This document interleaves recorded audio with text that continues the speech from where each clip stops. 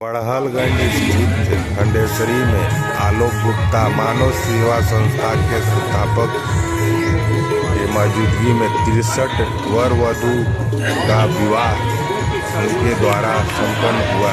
इसमें कैबिनेट मंत्री ओम प्रकाश राजभर की मौजूदगी में वर वधू को आशीर्वाद देकर आगे की कार्यक्रम को संपन्न बनाए। बने रहने के लिए आगे अपडेट।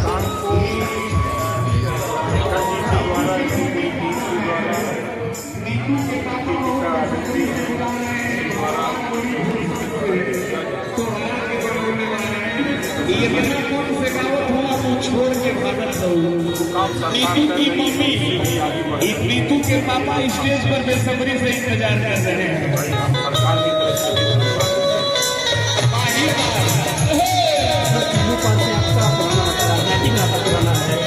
मंत्री बनने के बाद में आपका आगमन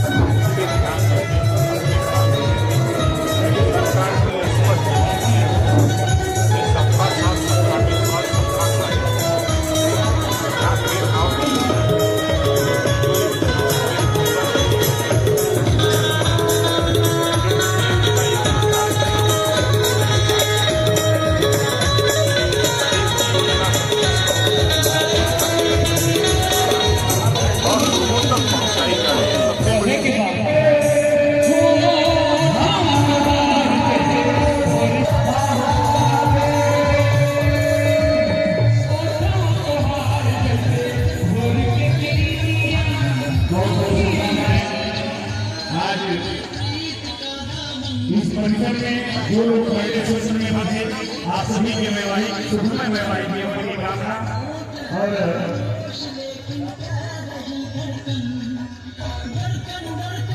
और माननीय मंत्री जी का बहुत बहुत आभार, बहुत बहुत स्वागत कि आपने अपने मूल्यवान समय में से समय निकाल करके ये आयोजन समिति को दिया। हृदय की गहराइयों से माननीय मंत्री जी का स्वागत करकर अभिनंदन है। और अब इसके बाद की जो व्यवस्था है भाई भूपेंद्र दीक्षित जी और जो टीम है उसको आप लोग संभालिएगा, कैसे कैसे किसको कौन सा उपहार दिया जाना है।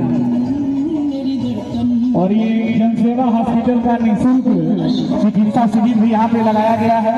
जिनको इलाज करवाना है वो निःशुल्क इलाज करवा सकते हैं। और बहुत बहुत स्वागत बंदन अभिनंदन उपस्थित आप सभी सम्मानित गणमान्य ओम प्रकाश राजभर जी जिन्होंने अपने मूल्यवान समय से समय निकाल करके आयोजन समिति को लिया। और आदरणीय राय साहब सुरेश राय जी, ये सभी लोग फूल को उठाने और मंत्री जी आगे आएंगे। मंत्री जी के साथ भाई कौशिकर गुप्ता जी, आदरणीय आलोक गुप्ता जी, ये सभी लोग मंत्री जी के साथ रहेंगे। आदरणीय प्रमुख जी रिंकल राय जी पूछते हैं बहुत खतरनाक नेता है। जब आप दूर रहते हैं हमसे, सेका टीवी गए तो पहले तो सोचे कि बहुत तगड़े नेता है। जब वहां गए देखे तो उनको भी समझ में आया कि कैसा नेता है कि गेट खुला है, मंत्रियों के यहाँ जाने में दिक्कत होती है, कि कैसा मिनिस्टर है कि इसके यहाँ दरवाजे गेट खुला है, सबके सब लोग चले जा रहे हैं, मिल रहे हैं, बात कर रहे हैं। इन्होंने भी अपनी बात रखी। हमने कहा भाई चलो, आपकी इच्छा है तो आपकी इच्छा पूरी होगी। हमारी आदत है कि जब मैं समय देता हूँ तो दुनिया एक तरफ, ओम प्रकाश राजभर एक तरफ रहता है। तो साथियों, मैं सिर्फ इतना कहूंगा कि जो काम भाई सेठा जी के टीम के द्वारा, इनके पिताजी आलोक जी के द्वारा, उनकी पूरी टीम के द्वारा जो काम चलाया जा रहा है, हमारी जहां भी जरूरत हो, जिस समय जरूरत हो, बेहिचक हमको जब भी याद करेंगे तो हम आपके बीच में हाजिर मिलेंगे। हमें आपसे आश्वासन देते हैं, बशर्ते कि हमको इसकी जानकारी कम से कम 15 दिन पहले दीजिएगा। इस नाते कि हम टहलते रहते हैं, गाँव में बोलते रहते हैं कि कौन सी समस्या का समाधान सरकार से करावें। आपको आश्चर्य होगा कि मैं हमारे पूर्व प्रमुख सचिव चीफ सेक्रेटरी रिटायर हो गए थे, फिर पुनः उनको लाया गया सरकार में, मनोज सिंह जी को। हमारे प्रमुख सचिव जी थे, हम लोगों ने बैठ करके चर्चा में हमने एक प्रस्ताव दिया कि गांव में ऐसे ऐसे गरीब हैं इनके पास ना तो रहने के लिए मकान है, ना उनके पास आवास है, ना शौचालय है, ना पेंशन है, ना शिक्षा है, ना स्वास्थ्य है। उन्होंने कहा कि आप चाहते क्या है? हमने कहा इसका सर्वे करा लिया जाए। तो उन्होंने कहा कि सर्वे करा लेंगे तो पैसा कहां से आएगा? उन्होंने कहा कि पैसा आएगा, हम ले आएंगे। बाकी दिए हमें, मैं दिल्ली गया, प्रधानमंत्री जी से मिला और अपनी बात को रखा कि हमारे प्रदेश में, उत्तर प्रदेश में बहुत से ऐसे गरीब हैं जिनके पास शिक्षा नहीं पहुंची अभी तक। बहुत से ऐसे लोग हैं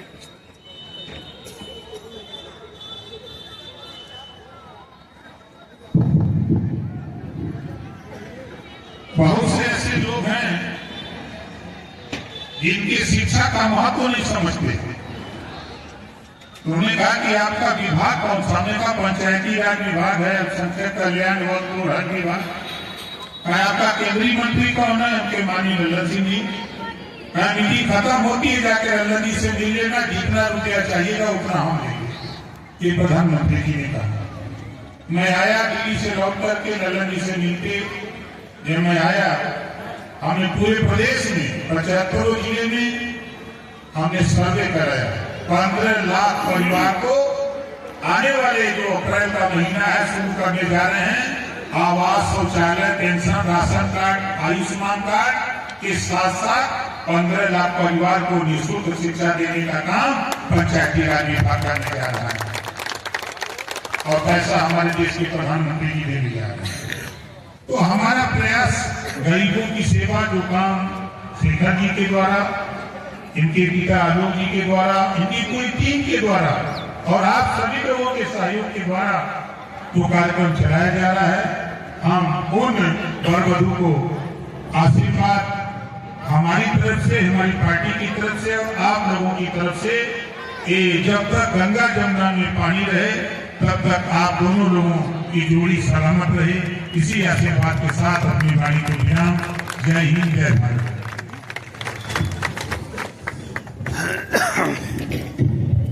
बहुत बहुत धन्यवाद माननीय मंत्री जी का। की शादी कराई जा रही है, यह कहीं न कहीं आने वाले पीढ़ियों के लिए प्रेरणा स्रोत होगा। जब भी कोई सामाजिक दायित्व का निर्वहन करेगा तो इस बात का विशेष ध्यान रखेगा कि हम यह भी कर सकते हैं तो हम वह भी कर सकते हैं। साथियों, मैं बहुत बहुत धन्यवाद देता हूँ। यहाँ पर माताएं आई हुई हैं।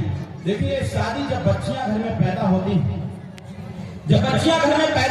हैं, तो जो आज का सामाजिक शिक्षण है, जो लोगों की सोच है,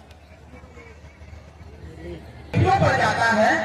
तो बेटियां जब घर में पैदा होती हैं तो बेटियों की पढ़ाई लिखाई का ध्यान सबसे पहले नहीं आता है, सबसे पहले बेटियों की शादी का ध्यान आता है। हमारी पार्टी स्वयं भारतीय समाज पार्टी ने इसी पर काम किया कि बेटियां बोझ नहीं होती हैं, बल्कि इस देश की संस्कृति और सभ्यता हमारी बेटियों में निहित है। हमारी बेटियां इस देश की धरोहर है, इसलिए हर कोई इनको बोझ नहीं समझना चाहिए। और आज यहाँ पर टीचर जो यहाँ बैठे हुए हैं, यह एक पुनीत कार्य है, यह एक ऐसा कार्य है जो समाज को एक नई दिशा भी देता है और समाज को एक ऊर्जा भी प्रदान करता है कि बेटियां किसी परिवार के लिए बोझ नहीं होती। शिखर गुप्ता जैसे लोग, आलोक गुप्ता जैसे लोग अगर धरती पर हैं तो किसी भी घर की बेटी कोई बोझ नहीं बन सकती है। इन्हीं चंद शब्दों के साथ उपस्थित सभी लोगों को मैं बहुत बहुत धन्यवाद देते हुए, अपने पिताजी के चरणों को प्रणाम करते हुए आशीर्वाद देते हुए, मंच पर विराजमान सभी नेताओं को धन्यवाद, गायक साथियों को धन्यवाद और अपने पत्रकार भाइयों का मैं बहुत बहुत धन्यवाद देता हूं, क्योंकि आपके लेखनी, आपकी कलम में वो ताकत है कि जो इस कार्यक्रम को एक बड़ा कार्यक्रम का रूप दिया जा सकता है। मैं अनुरोध करूंगा कि इस कार्यक्रम को दुनिया तक पहुंचाने का काम करिए, ताकि आपके न्यूज़पेपर, आपके चैनलों पर जब वह चले या दिखे या पढ़ा जाए तो लोग उससे ठाकुर की वाणी को विराम देता हूं। जय हिंद, जय भारत, जय सूर्यदेव, जय भारत।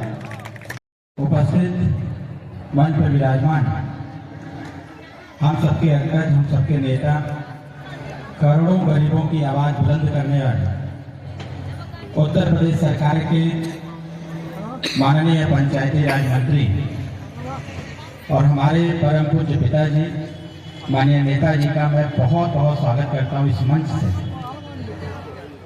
उपस्थित पार्टी के हमारे राष्ट्रीय महासचिव श्री शक्ति सिंह जी, प्रदेश उपाध्यक्ष फागू सिंह जी, हमारे राष्ट्रीय सचिव भाई जितेंद्र सिंह जी, प्रदेश अध्यक्ष दलित प्रकोष्ठ हितेश राम जी और हमारे मित्र जिनके आदेश और निर्देश पर आज हम लोग यहाँ पर आए हैं भाई शेखर गुप्ता जी। एक बार जोरदार ताली बजा के सब लोग स्वागत करें इनका। देखिए ताली में भी कमजोरी है, एक बार कस के जोरदार ताली बजाइए। यह ताली उन जोड़ों के लिए है जिन लोगों का आज यहाँ विवाह संपन्न हो रहा है और उन्हीं लोगों के साथ चल करके यहाँ सभी लोग आए हुए हैं। यहाँ पर पुष्प वर्षा करके भी आशीर्वाद दिया जाता है और ताली बजा करके भी इनके उज्जवल भविष्य की कामना भी की जाती है। तो एक बार फिर से दोनों हाथ ऊपर उठा करके जोरदार ताली बजा करके स्वागत करेंगे सभी लोग अपना अपना। और यह ताली सिर्फ ताली नहीं है, यह ताली हमारे आलोक गुप्ता जी और शेखर गुप्ता जी के हौसले को भी बहुत मजबूत और बुलंद करने की ताली है। मैं उपस्थित सभी साथियों का और सबसे भी हुए बहुत सारा अपील भी आपने किया, मैं इनके और इनके पूरे टीम को मैं बहुत बहुत धन्यवाद देता हूं। मानव शिक्षा सेवा जो संगठन है इनके सभी सदस्यों को मैं धन्यवाद देता हूं और इसके साथ साथ यहाँ तक पहुंचाने वाले भी नीरज गुप्ता जी। नीरज गुप्ता पार्टी के कार्यकर्ता भी हैं, पदाधिकारी भी हैं। बस एक बार मुलाकात हुई थी शेखर भाई से, इन्होंने अनुरोध किया था, मैं देवरिया गेस्ट हाउस में था, इन्होंने अनुरोध किया कि भैया शेखर गुप्ता मिलना चाहते हैं, क्योंकि मैं इनसे फेसबुक से जुड़ा हुआ था, मैं कभी मिला नहीं था। आते जाते गाड़ियां हमारी इसे क्रॉस करती थी तो मैं यह सोचता था कि ये हूँ शेखर गुप्ता, ये शेखर कौन है, तो नाम ही है शेखर। तो मैंने कल्पना किया हम कि जो बुलंदी तक पहुंचे उसी का नाम शेखर हो सकता है। मैंने जब देवरिया घाघरा इस पर भ्रमण करना चालू किया तो मैं कई जगहों पर मैंने देखा इनके एम्बुलेंस, मैंने देखा कई ऐसी गाड़ियां देखा जो दर्शन कराने ले जाते हैं, फिर कई ऐसे एम्बुलेंस को हमने हॉस्पिटल की तरफ देखा, हॉस्पिटल में खड़े हुआ देखा। तो मैंने कहा कि एक युवा है जो एक अच्छा काम और बेहतर कार्य कर रहा है। नीरज जी ने हमसे फोन किया, शाम को मुलाकात में उन्हें कहा मैं सुबह बुला लीजिए 8:30 बजे और मैं 7:30 बजे से इंतजार कर रहा था। मैं 7:30 बजे से इंतजार कर रहा था क्योंकि हमको बिहार निकलना था। 7:30 बजे से इंतजार किया, 9 बजे शेखर भाई आए, 5-7 मिनट की मुलाकात हुई। इन्होंने एक छोटा सा अनुरोध किया कि भैया मैं चाहता हूं कि बाबूजी हमारे इस कार्यक्रम में आए। हमने कहा कि ऐसा है कि बाबूजी से हम बात कर लेंगे, बाबूजी आएंगे कार्यक्रम में। इन्होंने कहा भैया आ जाएंगे। हमने कहा बाबूजी से मिले नहीं है यार, बाबूजी से मिलेंगे तो फिर हमारी कोई आवश्यकता नहीं पड़ेगी, आप सीधे सीधे बाबूजी से बात करेंगे। और इनको मैंने लखनऊ बुलाया, लखनऊ में आए, बाबूजी से 5 मिनट की मुलाकात हुई थी और 5 मिनट में ही बाबूजी ने कह दिया कि शेखर जी आप जाइए, तैयारी करिए, दुनिया के किसी कोने में रहूंगा, आपके यहाँ जरूर आऊंगा उन बच्चों और बच्चियों को आशीर्वाद देने के लिए। और आज वैसा शख्स जब किसी भी मुद्दे पर अपनी आवाज बुलंद करते हैं तो पूरी दुनिया तक संदेश जाता है। वह शख्स इन 63 जोड़ों को आशीर्वाद देने के लिए हमारे मंच पर आज विराजमान है। हम इस मंच पर बहुत ज्यादा कुछ नहीं कहेंगे, बस एक जो सामाजिक बदलाव है और सामाजिक बदलाव की आधारशिला शेखर जी के परिवार ने रखने का काम किया और इसको आगे बढ़ाने का काम अगर कोई कर रहा है तो आप जैसे लोग बैठे हुए लोग कर रहे हैं, जो देश दुनिया तक संदेश जा रहा है कि इस पूर्वांचल की धरती पर आपके जनपद देवरिया गोरखपुर, इस पूर्वांचल के 28 जिले में कोई एक ऐसा शख्स है जो गरीब उद्धार, गरीब कल्याण के लिए जाना जाता है। उस व्यक्ति का नाम आलोक गुप्ता और शेखर गुप्ता है। मैं बहुत इंप्रेस हुआ। मुझे याद है जब मैं छोटा था तो आजमगढ़ की धरती पर एक कार्यक्रम पार्टी का रखा गया था। बाबूजी की इच्छा थी कि मेरी कहीं भी कोई रैली हो, हर रैली में कम से कम 11 जोड़ों की शादी कराई जाए। और डीएवी कॉलेज आजमगढ़ में मुझे याद है माननीय मंत्री जी ने पहली शादी डीएवी कॉलेज बनारस के भेड़ियाघाट के मैदान में पूरे पब्लिक के सामने किसी का करने का काम किया था। तो हमारी बड़ी बहन, हम अपने पिताजी ने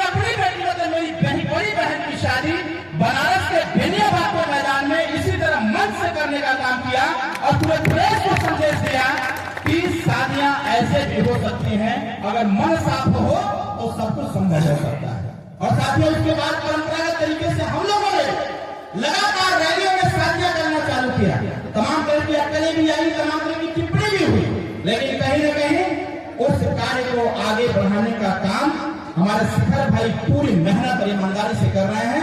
हम स्वयं भारतीय समाज पार्टी के लोग इनको बहुत बहुत आशीर्वाद देते हैं और इनको धन्यवाद देते हैं कि आप सब लोगों के सहयोग से, मानव शिक्षा सेवा संगठन के सहयोग से भी हम लोगों को यहाँ पे मिल रहा है। मैं आपसे भी वादा करता हूँ और यहाँ जितनी जनता, जितनी हमारी माताएं बहनें बैठी हैं, सबसे फिर से कहना चाहता हूँ, अभी सिर्फ 11 महीना हुआ है, अभी सिर्फ ये विवाह कराते हुए 21 बहन बेटियों की सिर्फ 11 महीना हुआ है। एक दिन ऐसा वक्त आएगा जब ये लगातार 11 साल का रूप आप लोगों के बीच में, एक दिन ऐसा भी वक्त आएगा जब 21 साल इसका रूप होगा। एक दिन ऐसा भी वक्त आएगा कि मैं मर भी जाऊंगा तो मेरे घर के लोग अगर रहेंगे, इस संगठन के लोग रहेंगे, माननीय मंत्री जी का आशीर्वाद रहेगा, तो लाइफ टाइम पीढ़ी दर पीढ़ी ऐसी चलती रहेगी। हर महीना लाइफ टाइम 21 बहन बेटियों का घर बसाने का भी हम लोग काम करते रहेंगे। मैं एक बार फिर से हृदय के